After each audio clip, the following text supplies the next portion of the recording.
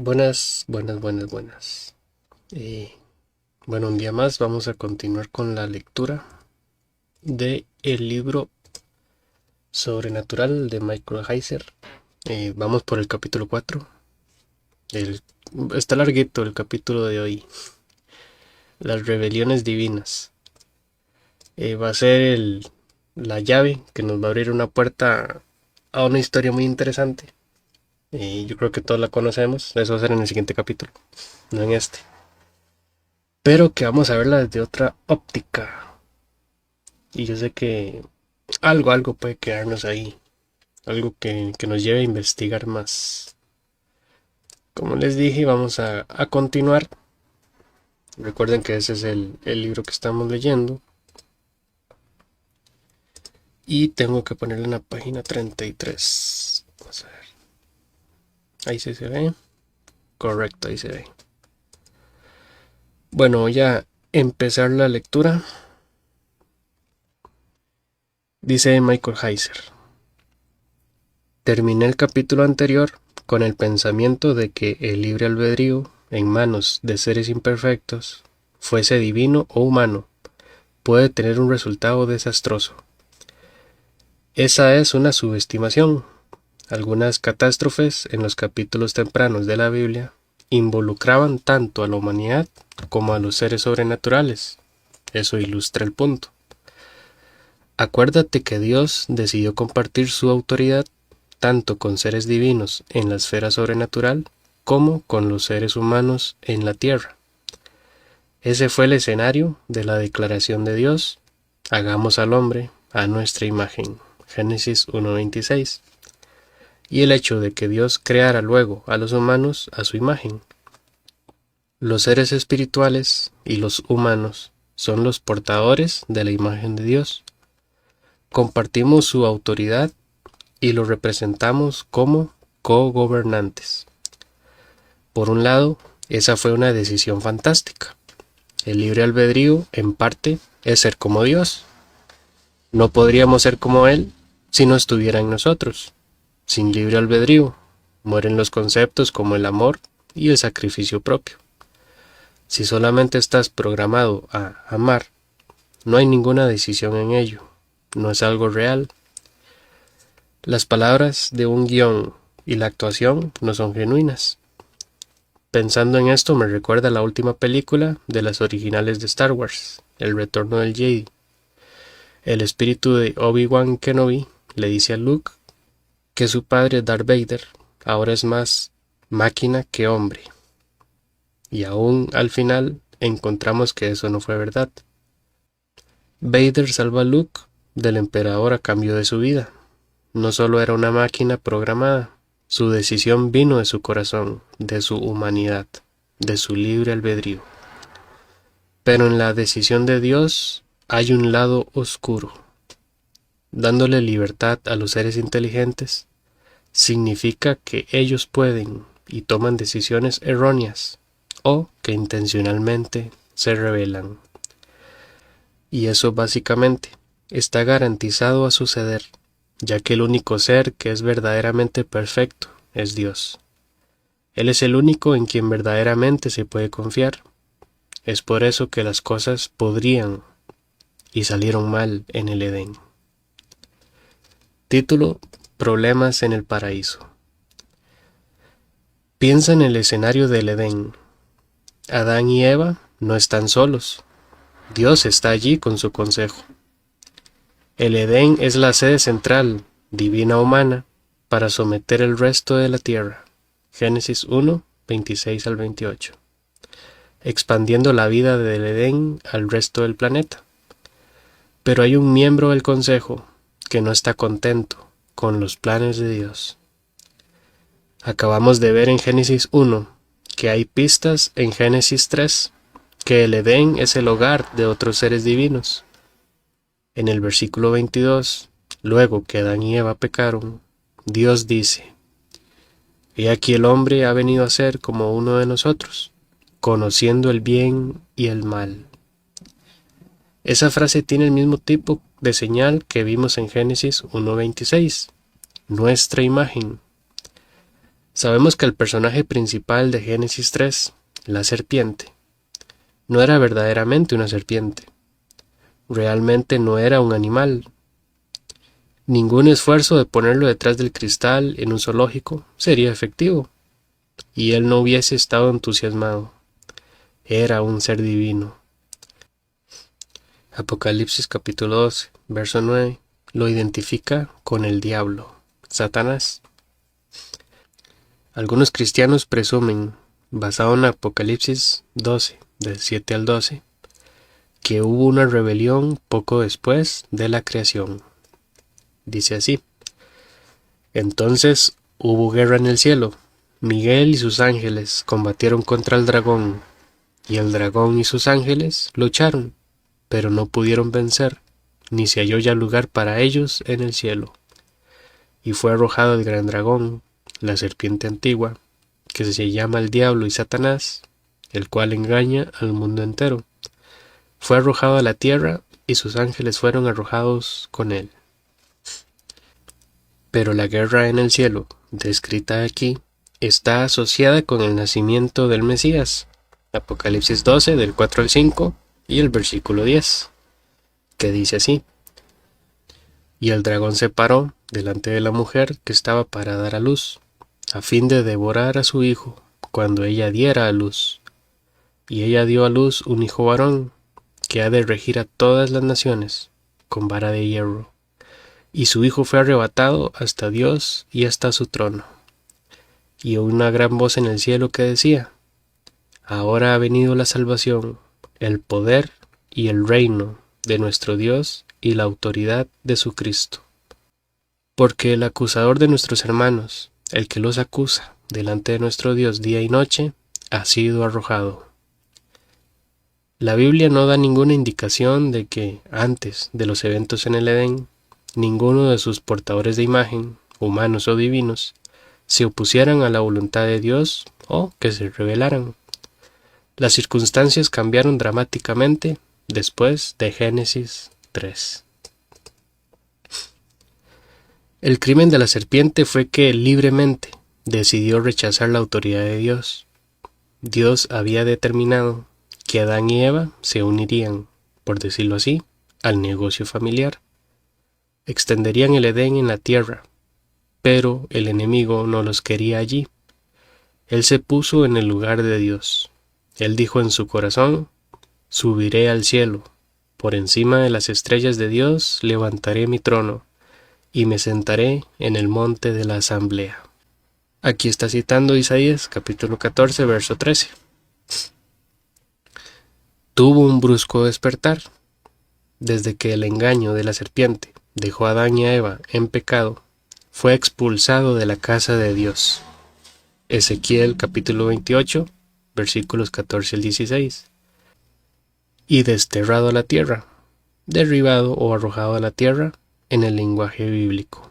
Isaías capítulo 14, verso 12. El lugar donde reina la muerte, donde la vida no es eterna.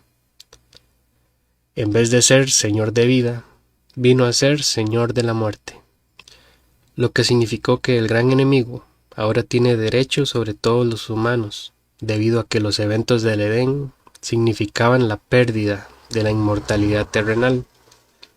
Ahora la humanidad tenía que ser redimida para tener vida eterna con Dios en un nuevo Edén. Los efectos de la caída, el juego de palabras es intencional, fueron una serie de maldiciones.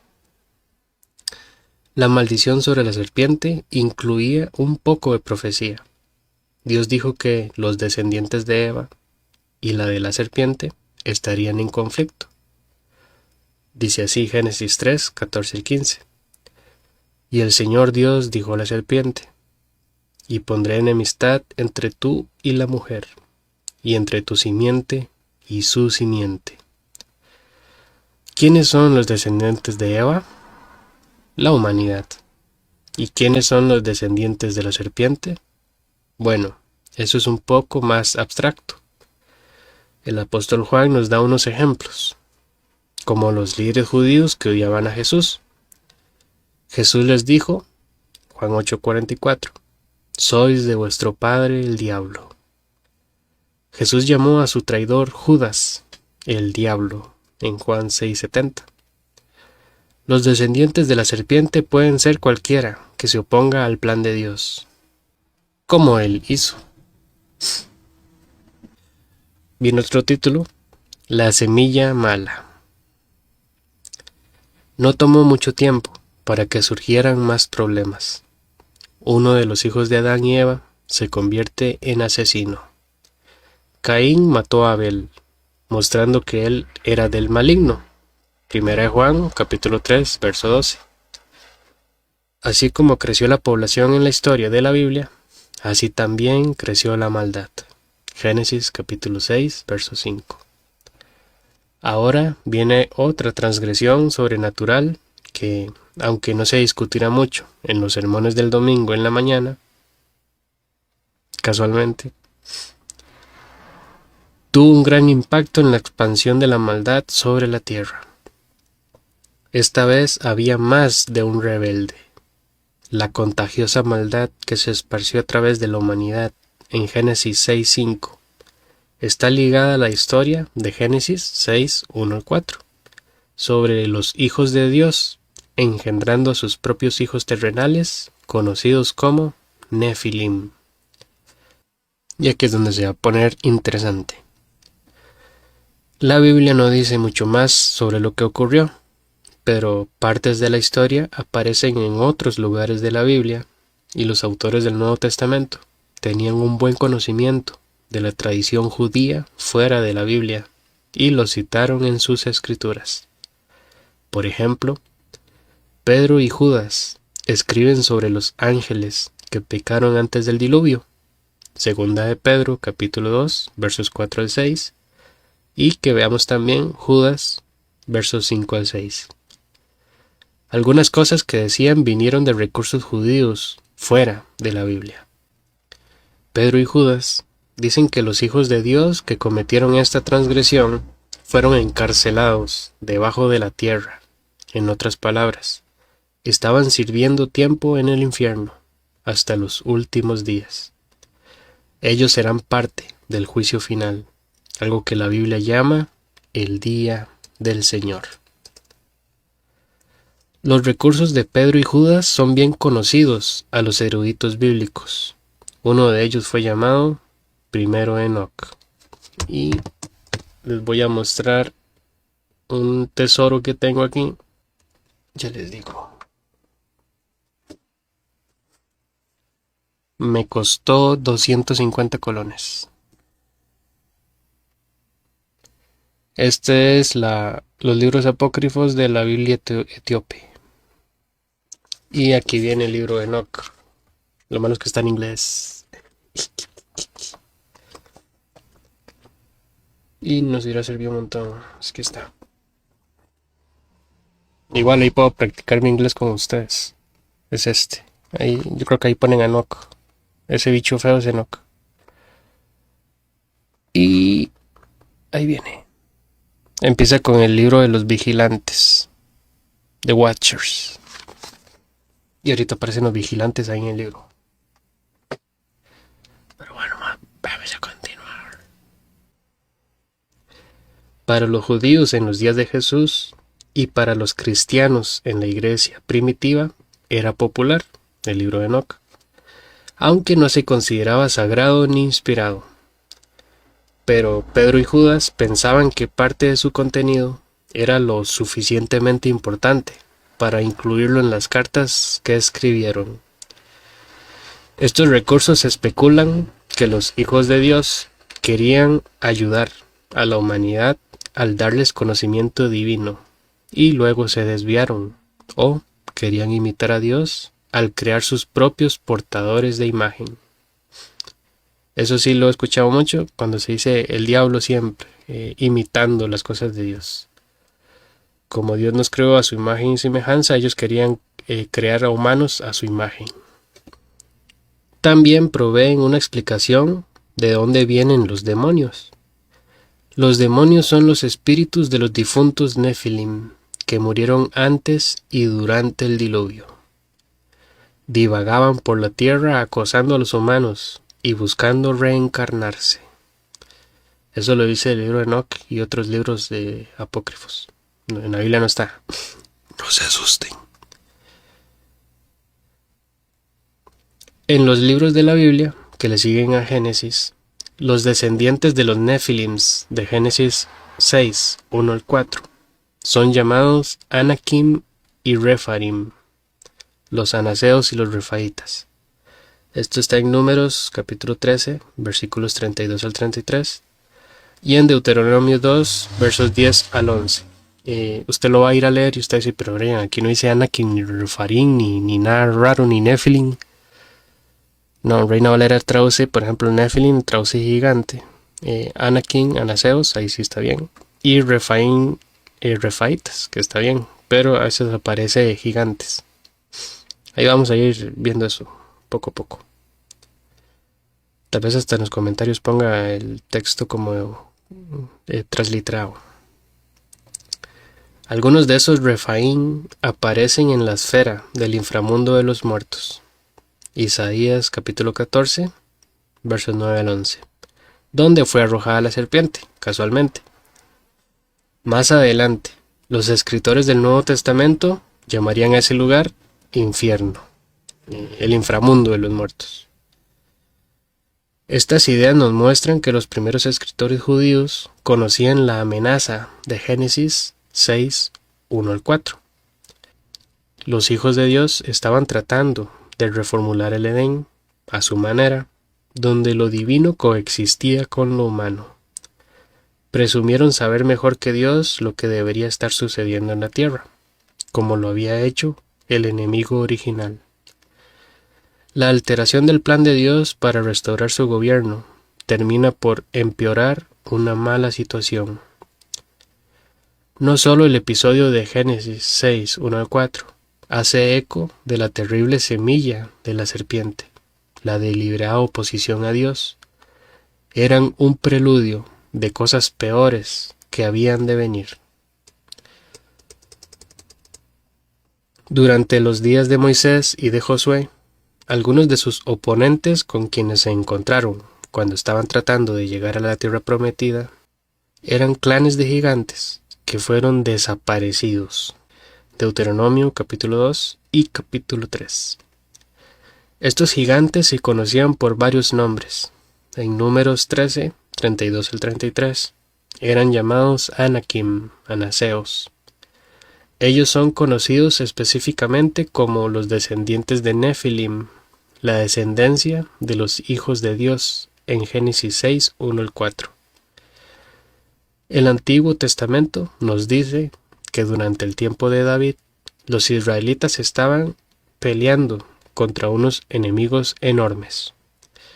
Él mató a Goliat, primero de Samuel 17, y algunos de sus hombres mataron a los hermanos de Goliat, para finalmente terminar con la amenaza. Segundo de Samuel 21, 15 al 22. ¿Por qué esto importa? La maldición profética puesta en la serpiente y la transgresión divina que le siguió son etapas tempranas de lo que los teólogos llaman guerra espiritual. La batalla entre lo bueno y lo malo. La larga guerra en contra de Dios y su pueblo. Es una guerra peleada en los terrenos de dos reinos, el visible y el invisible. Por extrañas que sean estas historias, nos enseñan una lección importante, que en cuanto al destino humano, Dios tenía una competencia divina, y todavía la tiene. La oposición a la voluntad de Dios para la tierra y para la humanidad está viva y coleando, tanto en la esfera espiritual como dentro de la humanidad. Pero Dios tiene sus propios planes de cómo el cielo y la tierra van a ser reunificados. La interferencia hostil no quedará impune. La humanidad es muy valiosa. El plan de Dios para su familia humana no va a ser alterada ni anulada. Estos pasajes también nos enseñan lecciones positivas.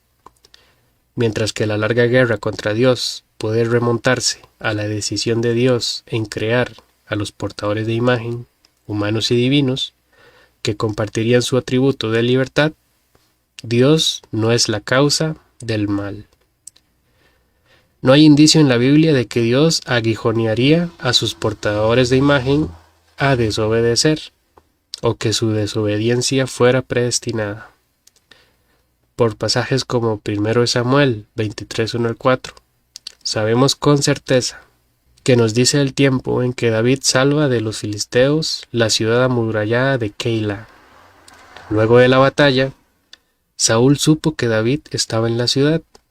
Por algún tiempo, Saúl había estado tratando de matar a David por un temor paranoico de que David iba a tomar su trono. Saúl envía sus ejércitos a Keila, esperanzado en atrapar a David dentro de la ciudad amurallada. Cuando David escucha sobre los planes de Saúl, él le pregunta a Dios: ¿me entregarán en su mano los hombres de Keila? ¿Descenderá Saúl tal como tu siervo ha oído? Oh Señor, Dios de Israel, te ruego que lo hagas saber a tu siervo. Y el Señor dijo: descenderá, os entregarán. 1 Samuel 23, 11 al 12. David hizo lo que cualquiera de nosotros hubiéramos hecho.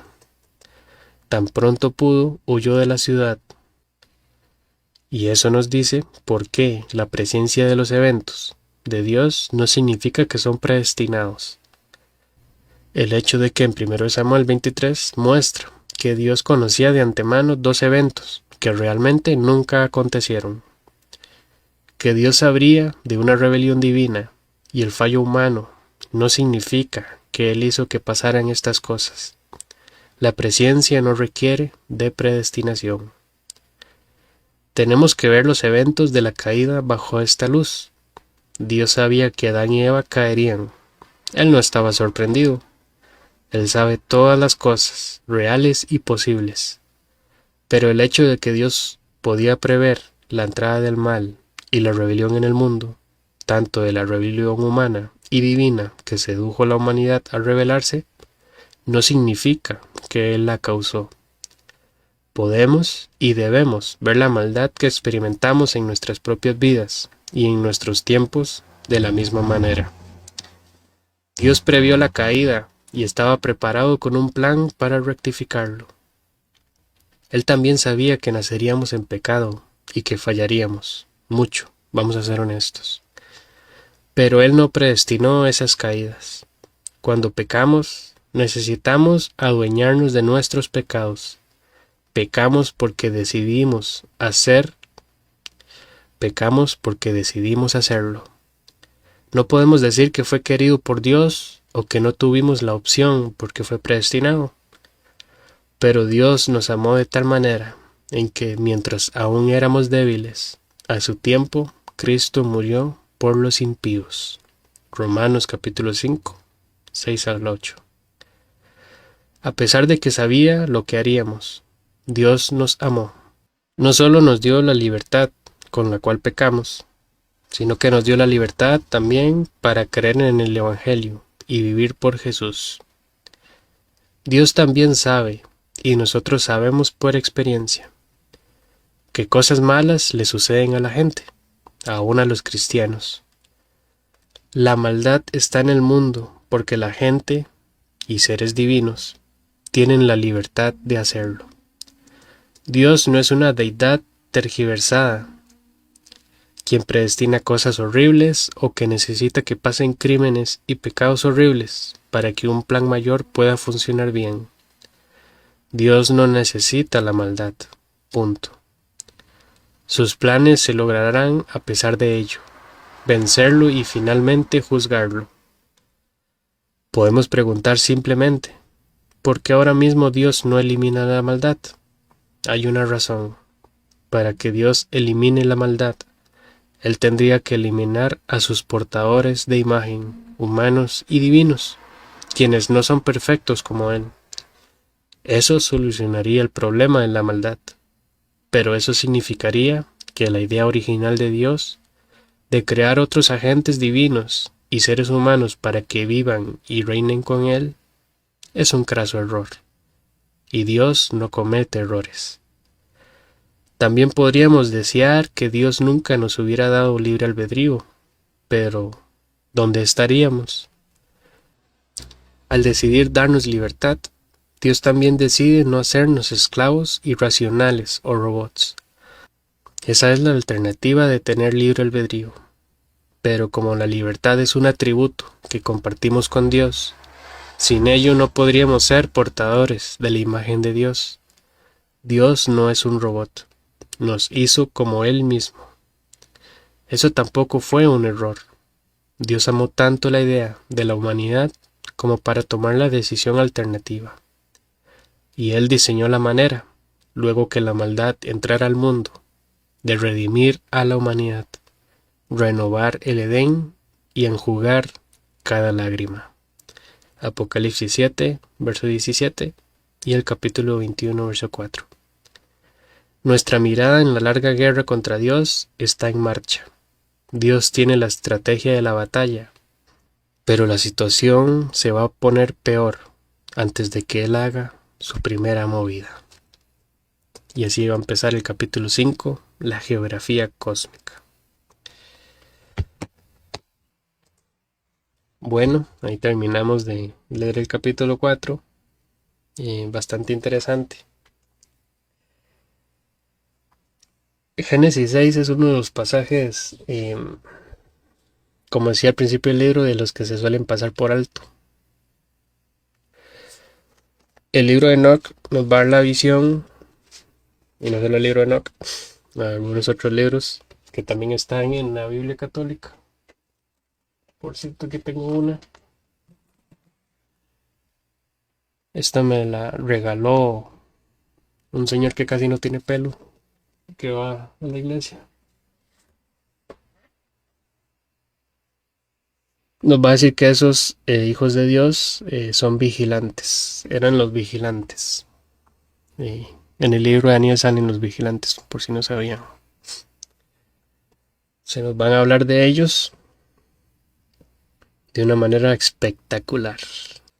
Bueno, vamos a ver los destrozos que hicieron estos bandidos vigilantes, los que se rebelaron, y nos va a hacer sentido cuando el Salmo 82 dice que Dios entra en la reunión de los dioses y en medio de ellos declara el juicio, en medio de ellos juzga. Y lo que les dice a esos seres divinos que están en su consejo es terrible. Vosotros sois hijos del Altísimo. Esa frasecita va a aparecer mucho. En Deuteronomio 32 sale. Que aunque siendo hijos del Altísimo van a morir como hombres. Van a ser castigados. Entonces ahí los quiero dejar con esas ganas de leer más. Y recuerden que si quieren una semillita, ahí ponen quiero una semillita, rayo, por favor. Y yo se las leo en la próxima clase, en el próximo video. Bueno, yo creo que queda tiempo. Nada más para dejarlos con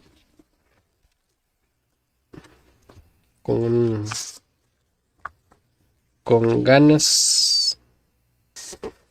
En primero Enoch, en el capítulo 6, igual que Génesis 6. Okay. Se nos habla en el verso 1, 2 y 3. Vamos a ver si se llega a ver ahí.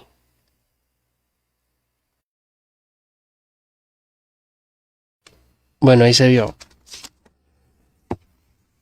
Dice, y llegó a pasar cuando los hijos de los hombres se multiplicaron en aquellos días, les nacieron a ellos bellas hijas, comely, de hecho en Génesis 6 en el hebreo dice buenas, eran buenas, no en el sentido moral, sino ya saben en qué sentido eran buenas. Y en el verso 2 dice, y los ángeles, los hijos de el cielo, the children of heaven, vieron y los codiciaron a ellas. Y se dijeron el uno al otro, de los hijos de los cielos, se dijeron el uno al otro, Vamos, escojamos para nosotros esposas de entre las hijas de los hombres, y que nos den hijos. Y Semijasa, que era el líder de ellos, Semijasa, ahí por si quieren buscar en internet, quién es Semijasa. Era el líder de esos vigilantes, para que investiguen. Bueno, hacen esa reunión secreta y deciden ir a buscar esposas aquí a la tierra. Y lo que nace de fruto de esa unión es la semilla mala. Puros hijos de Satanás. Bueno, muchas gracias. Aquí va a quedar la clase de hoy. El de mañana va a estar interesante, va a ser largo también, entonces tengo que hablar rápido. Voy a empezar a rapear. Muchas gracias, espero que les haya gustado. Si no les gusta también, ni modo que se va a hacer. Dicen por ahí que uno no es billete de $100 para caerle bien a todo el mundo, ¿eh? ¿Qué se va a hacer? Bueno, los dejo.